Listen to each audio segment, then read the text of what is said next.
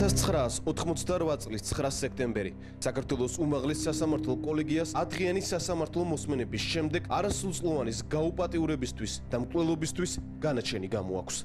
სასჯელის უმკაცრესი ზომა დახვრეტა. ამ გახმაურებული ამბის შესახებ დღესდღეობით სატელევიზიო მასალა არ მოიძებნება, თუმცა ცნობილი ძიუდოისტის თამაზ ნამგალაურის საქმის შესახებ 1988 წლის 15 სექტემბერს გაზეთი თბილისი ვრცელ სტატიას ავრცელებს და ბრალდებულის ჩვენებას აქვეყნებს. ამონარიდი ბრალდებულის ჩვენებიდან 1988 წლის 12 ივნის ოჯახთან ერთად დუშეთში უნდა ავსულიყავი. სახლიდან გამოვედი. რამდენიმე კათხალუდი დავლიე, მერე ტაქსი დავიქირავე და მარტო წავედი დუშეთში. არ ვიცი რატომ. ეზოში რო ჩავედი, ჩემი ბიზაშვილი დათო დავინახე. დაუძახე ბოსტნის გაწმენდაში დამეხმარე მეთქი. ისიც გადმოვიდა და დამეხმარა. არაყი დავლიეთ. მერე ვუთხარი წადი შენი და გადმოიყვანეო. ახლა ჩემები ამოვლენ და ბავშვები ერთად ითამაშებენ მეთქი. დათო წავიდა და თავისი პატარა დაც მოიყვანა. მერე ავტობუსების გაჩერებაზე გავგზავნე ჩემების შესახვედრად. სწორედ ნათესავის ავტობუსის გაჩერებაზე გაგზავნის შემდეგ იწყება ნამგალაურის აღიარების ყველაზე მძიმე მონაკვეთი. ცნობილმა ძიუდოისტმა და ევროპის 4 გზის ჩემპიონმა სასამართლოს შოკის მომგვრელი ჩვენება მისცა. დათო რო წავიდა გოგონა ოთახში შევიყვანე. კარი ჩავკეტე. ხელში ავიყვანე და ლოგინზე დავაწვინე. რომ არ იყვირა ყელში ხელი წავუჭირე. მეორე ხელი პირზე დავაფარე და გავგუდე. მერე გავხადე და გავაუპატიურე. ამასობაში დათოც დაბრუნდა, დასეძებდა. გოგონა საწოლებს შორის დავმალე. დათო ოთახში შემოვახედე და უთხარი აქ არ არის მეთქი. დათოც წავიდა. მე მეგონა გოგონა მკვდარი არ იყო და ყელში თოკი წაუჭირე. მერე ჩანთა გადმოვიტანე, გოგონა შიქჩავდე. იქვე ჩავყარე გოგონას ტანსაცმელი, ფეხსაცმელი, შარდით და სისხლით მოსვლილი ზეწარი, ბალიშის პირი. ჩანთა ბოსტანში გადავიტანე და იქ ორმოში დავმარხე. მიწას რომ ვაყრიდი, დედამისმა დამიძახა, გოგონა ხომ არ დაგინახავსო. მე უთხარი იქეთ გარბოდა მეთქი. მერე თბილისში დავბრუნდი. უკვე საღამო იყო. ვისადილე ტელევიზორს უყურე, ვიბანავე, თან ჩემი დასრული ქვედასაცვალი გავრეცხე და დავიძინე.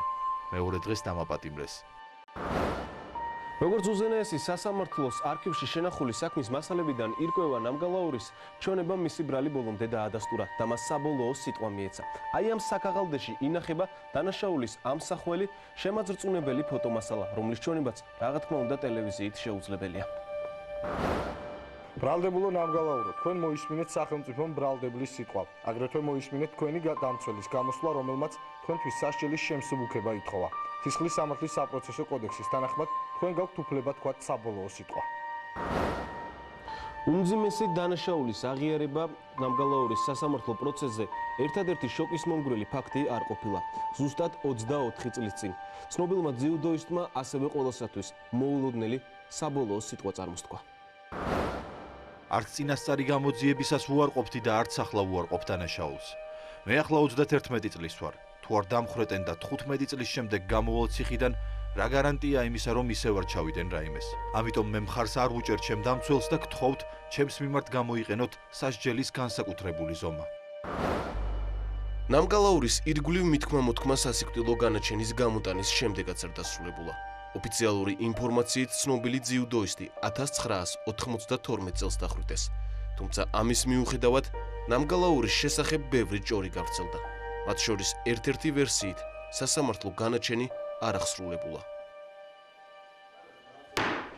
რამდენი ხვდება ადამიანი? თამარ იანტბელიძე, თამაზ ნამგალაურის დედა. 91 დავხვდეთ. 91 დავხვდეთ. ჩემი შვილი არ ვიცი, მკვდარია, სულცხალი არ ვიცი. 5 დავხვდეთ და მე არ ვიცი. მათ შორის ერთ-ერთი ვერსიის თანახმად თამაზ ნამგალაური 1992 წელს არ დაუხრეტიათ და ცნობილი სპორტსმენი 1994 წლამდე სიკვდილთ მისჯილთა საკანში იმყოფებოდა. ხოლო 1994 წელს ციხიდან იაპონიაში გააპარეს მიწისქვეშა ორთაბრძოლებისთვის და ის დღემდე იქ ცხოვრობს. ავერსიაზე უმძიმეს დანაშაულში ბრალდებულის დედა საუბრობს.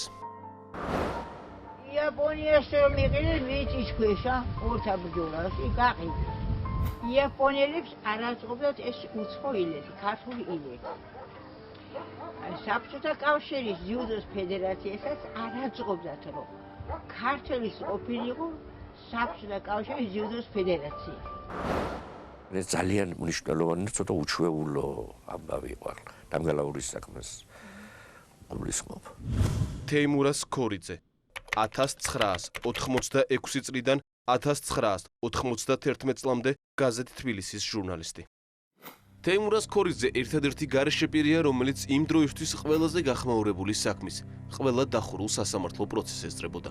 გაზეთ თბილისის ჟურნალისტი 24 წლის შემდეგ იხსენებს, რომ თამაზ ნამგალაურის ბრალეულობა მაშინ ეჭქვეშ არავის დაუყენებია. ყველა ჩვენებაში და ყველა სასამართლო პროცესზე ნამგალაური მის მიერ ჩადენილ დანაშაულს აღიარებდა და ნანობდა კიდეც.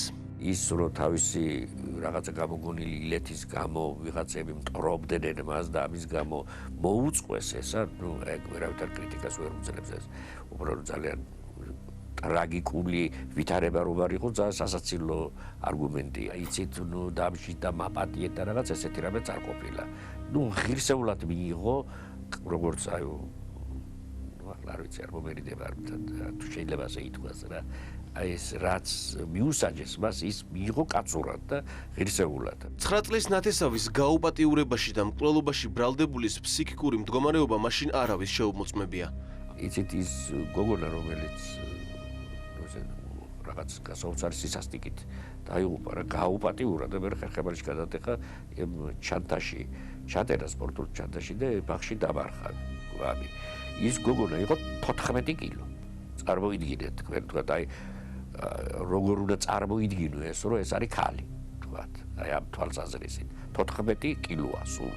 მას სხვა დანაშაულებებიც აქვს ჩადენილი და პედოფილიასთან მსგავსი დანაშაულები, რასაც პედოფილიასთან კავშირი არ აქვს. უბრალოდ აი ეს არის იყო ჩემი აზრით აი ავადმყოფი კაცი, მანიაკი, სექსუალური მანიაკი, რომელიც ყველაფერზე წამსვლელი იყო აი ამისთვის. განსაკუთრებით თუ ის რამეს დაალევდა. 1994 წელს საქართველოში სიკვდილით დასჯა გაუქმდა. გამოჩენილი სპორტსმენი მსოფლიოს მრავალგზის ჩემპიონი და 80-იანი წლების ყველაზე ცნობილი დამნაშავე ერთ-ერთი უკანასკნელი იყო, რომელიც სასჯელის უმაღლესი ზომით დასაჯეს და ერთადერთი, რომელმაც სასჯელად დახვრეტა მოითხოვა.